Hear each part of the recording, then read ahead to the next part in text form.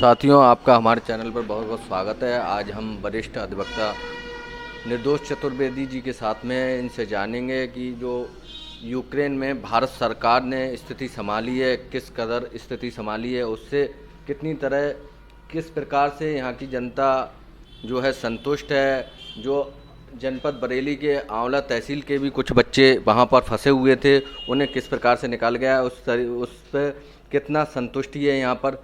आइए इनसे बात करते हैं। जी।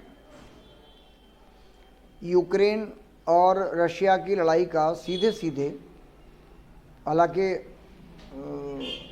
इंडिया से कोई सीधे संबंध नहीं है, लेकिन इसके बावजूद भी वहाँ तक हम लोग उस लड़ाई से प्रभावित हैं व्यावहारिक रूप में कि हमारे यहाँ के बच्चे वहाँ पर शिक्षा प्राप्त कर रहे हैं, तमाम मेडिकल कोर्स और सारे कोर्स कर रहे हैं।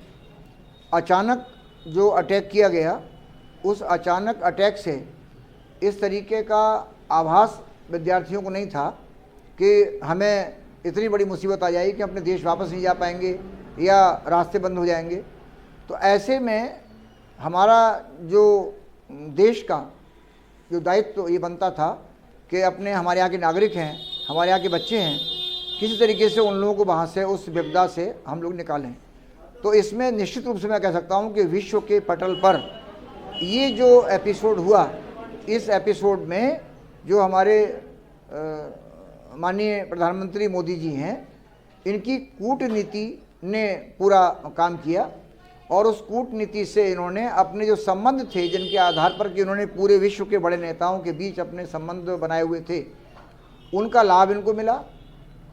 जो तमाम राष्ट्राध्यक्ष विभिन्न देशों के थे, उन संबंधों का इनको लाभ मिला और इन्होंने बहुत ही सही समय पर सही कदम उठा करके हमारे उन बच्चों को भारत से यहाँ लाने में पूरी महत्वपूर्ण भूमिका अदा की। और जैसा कि जानकारी में आ रहा है, यहाँ के मैं समझता हूँ कि जो रिकॉर्ड पर उपलब्ध बच्चे थे, वो सभी बच्चे यहाँ भारतवर्ष में वापस लाए जा चुके हैं। और जो हादसे सुनने में आए हैं कि कहीं एक बच्चा का जो है वहाँ पर उस अटैक में कहीं उसके जान से हाथ धोना पड़ा, तो उसमें चूँकि हमारी सरकार का इसलिए दोष नहीं कह सकते कि वहाँ पर जो तात्कालिक व्यवस्थाएं थीं, उन व्यवस्थाओं में किन परिस्थितियों में बच्चा उस हादसे का शिकार हो गया, उसको जान से हाथ धोना पड़ा। लेकिन जितने बच्चे हमारे यहाँ वहाँ से वापस लौटे हैं, इसमें पूरी तरीके से हम भारत सरकार को इसका श्रेय देंगे। भारत सरकार के जो हमारे सरकार के मुखिया हैं माननीय मोदी जी, उनको हम श्रेय देंगे। और उन्होंने ये साबित करके दिखा दिया है कि वो एक अच्छे राजनेता भी हैं, अच्छे प्रशासक भी हैं और अच्छे कूटनीतिक भी हैं और अच्छे विश्व पटल पर समन्वयक भी हैं। तो आज मोदी जी की वजह से ही और हमारे जो देश के अन्य राजनयिक हैं, उनका महत्वपूर्ण इसमें योगदान, सक्रिय भूमिका हुई, जिससे कि हमारे बच्चे यहाँ सकुशल वापस लौट सके हैं।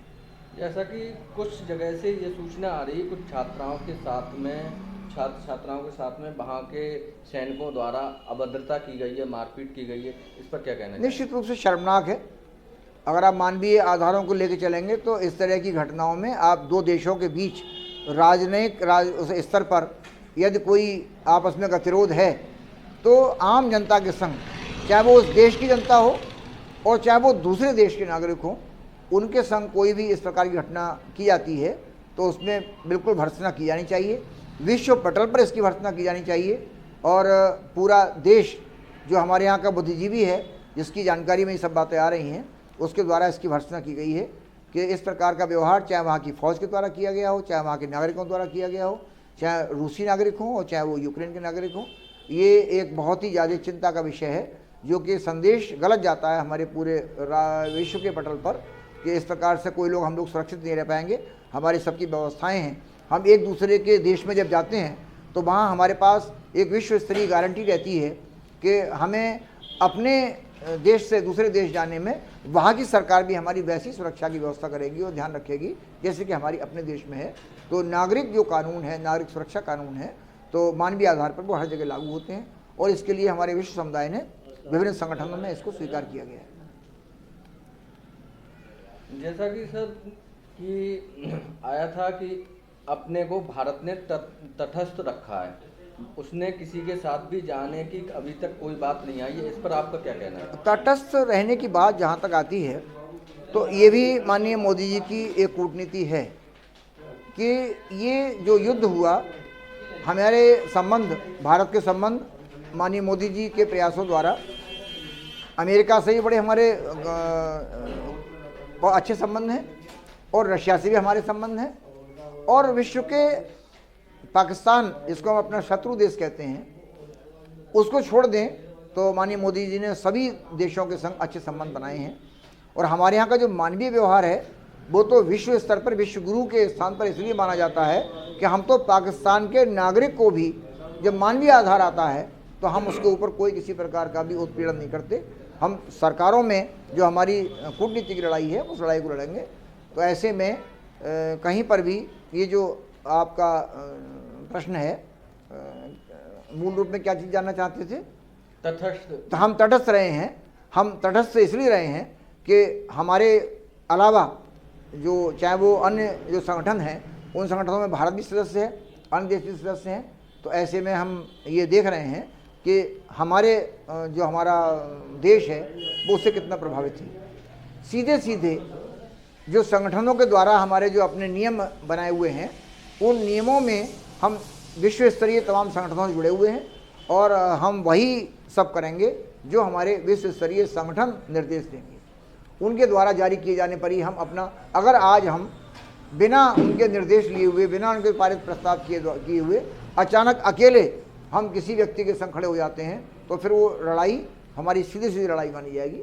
ऐसे में हमारा तटस्थ रहना मैं समझता हूँ बहुत ही श्रेयस्कर है और समयानुकूल है। जैसा कि यूक्रेन के राष्ट्रपति ने मोदी जी से इच्छा जताई थी हस्तक्षेप की, तो उस पर आप क्या कहेंगे? निश्चित रूप से हमें, अगर हमसे कोई मदद मांगता है तो हम तो बहुत विशाल हृदय वाला हमारा देश है, मानवीय आधार पर हमें ज़रूर अपनी सहानुभूति व्यक्त करना चाहिए।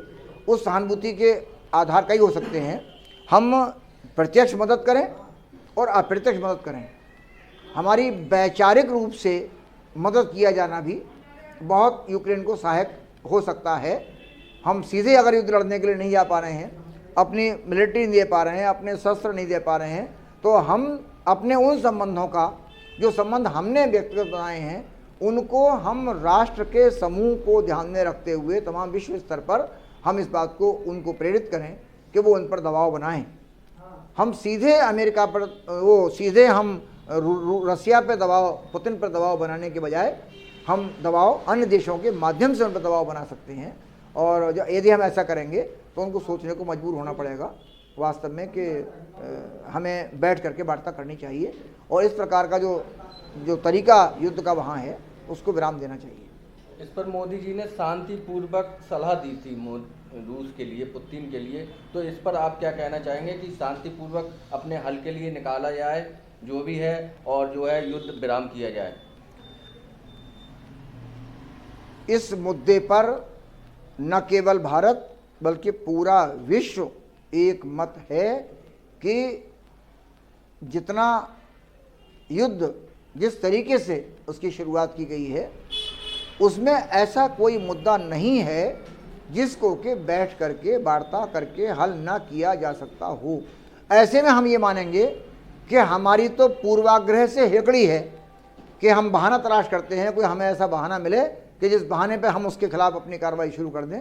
तो मेरा मानना ये है कि रशिया द्वारा यूक्रेन पर जो अभी हमला किया गया है उसमें दिखाने को तो और मुद्दे हैं, बट अंतर मन में उनके कोई पूर्वाग्रह छिपा हुआ है, और उस पूर्वाग्रह को इस माध्यम से वो पूरा करना चाहते हैं। और एक और उनका जो वहाँ के राष्ट्रपति पुतिन जी हैं, उनका अपना एक और मंसूबा जो मेरे दिमाग में आता है वो ये है, वो चाहते ये हैं कि मैं ऐसा करके यूक्रेन को दबा करके, यूक्रेन को पराजित करके और वहाँ पर अपनी फौज की जीत प्रदर्शित करके, घोषित करके, वो दिखाना ये चाहते हैं कि वो इस पूरे समग्र विश्व के ऊपर एक बहुत बड़ी शक्ति हैं, चाहे वो आर्थिक रूप में हो और चाहे वो रक्षा के रूप में, फौजों के रूप में हो, उनके संसाधन ज़्यादा मजबूत हैं। एक ये भी अंतर्निहित उनकी ये भावना पुतिन की हो सकती है। ऐसा हमारे बहुत सारे साथी बुद्धिजीवी हैं, उनका ही मानना है। इस प्रकार से आप कहते हैं कि जिस प्रकार से जो प्रधानमंत्री जी ने कूटनीतिक नीति अपनाई है वह बहुत ही बढ़िया है, और इसी प्रकार से हम चल रहे हैं। हम इतने वर्षों से लगातार पाकिस्तान से भी आतंकवाद का दंश झेल रहे हैं, और अपनी शांति पूर्वक कूटनीति के आधार पर ही हम उस पर जीत कायम रख पा रहे हैं। निश्चित रूप से अगर हम भी उसी रास्ते पे चले जाएं जिस रास्ते पे कि रशिया ने अपना रूप अख्तियार किया है, तो फिर हम भी अतीत में चले जाएंगे। और जब अतीत में जाएंगे तो कहीं ऐसा ना हो कि अखंड भारत का सपना रखने वाले हम लोग भी उसी आग में कूद पड़ें कि नहीं साहब, अगर आप ऐसा कर रहे हैं और विश्व जो है उसको मौन रूप में देख रहा है, तो क्यों ना हम भी ऐसा करें। ये खराब संकेत हैं, इस प्रकार के संकेत खराब हैं। माननीय मोदी जी के नेतृत्व में ये देश चल रहा है। वास्तव में इसमें कोई संदेह नहीं है कि निस्वार्थ भाव से, समर्पण के भाव से, देश हित के भाव से माननीय मोदी जी कार्य कर रहे हैं, और इसमें कोई संदेह नहीं कि आज उनका कोई जोड़ भारतवर्ष में नहीं है। यद्यपि मोदी का बार बार ये कहना रहता है, वो ये कभी नहीं कहते कि मैं कर रहा हूँ, बस अंतर यही है, वो कभी नहीं कहते मैं कर रहा हूँ, हमेशा माननीय मोदी जी कहते हैं कि हम कर रहे हैं। और उस हम में उनके बहुत ही जो एक एक्टिव टीम है, उनके मंत्रिमंडल की टीम है, उनके ब्यूरोक्रेट्स हैं, वो उनको भी पीछे नहीं छोड़ते। उनके द्वारा जो अन्य सहायक लोग हैं निचले दर्जे के, वो उनको भी नहीं भूलते। और आखिर में मोदी का ये भी कहना है कि ये सब जो भी हो रहा है जनता के सहयोग से हो रहा है। तो इतना बड़ा विशाल जो है परिकल्पना रखने वाला कोई भी देश का प्रधानमंत्री बहुत कम मिलेगा, जिसको ये भी ध्यान रहे कि मेरे अपने वजूद के कारण, मेरे अहंकार के कारण अगर मैंने कोई ऐसा कदम उठाया जिससे मेरी जनता प्रभावित हो, तो मोदी जी उस समय अपने मान सम्मान को भी ध्यान में न रख करके वही करते हैं जो देश हित में है, जो आम जनता के हित में है, जो आम जनता के सम्मान को बनाए रखने के लिए है। एक बहुत बड़ी चीज़ है कि बिना पार्टी पर जाए हुए माननीय मोदी जी आम जनता और हमारे देश का प्रत्येक मानव, प्रत्येक जाति, प्रत्येक धर्म, प्रत्येक वर्ग के हित और सम्मान के लिए वो कार्य करते हैं। ये एक निश्चित रूप से ये कहा जा सकता है कि एक विश्व के लिए एक आदर्श है, एक ऐसा उदाहरण है कि जिसका लोग उनके बाद भी इसका अनुसरण करेंगे और उनको याद रखेंगे कि कोई एक शख्सियत भारतवर्ष में ऐसी रही थी। आपका बहुत बहुत धन्यवाद हमारे साथ जुड़ने के लिए। Thank you so much. Thank you. ये थे वरिष्ठ अधिवक्ता निर्दोष चतुर्वेदी जी, जिनसे हमने जाना कि भारत सरकार की जो रणनीति है किस प्रकार से है, सही है या गलत है। इन्होंने अपने विचार रखे, सब पूरी तरीके से बताया। इसी प्रकार से हम आगे फिर आपके लिए एक अच्छी शख्सियत के से रूबरू कराएंगे। तब तक के लिए धन्यवाद।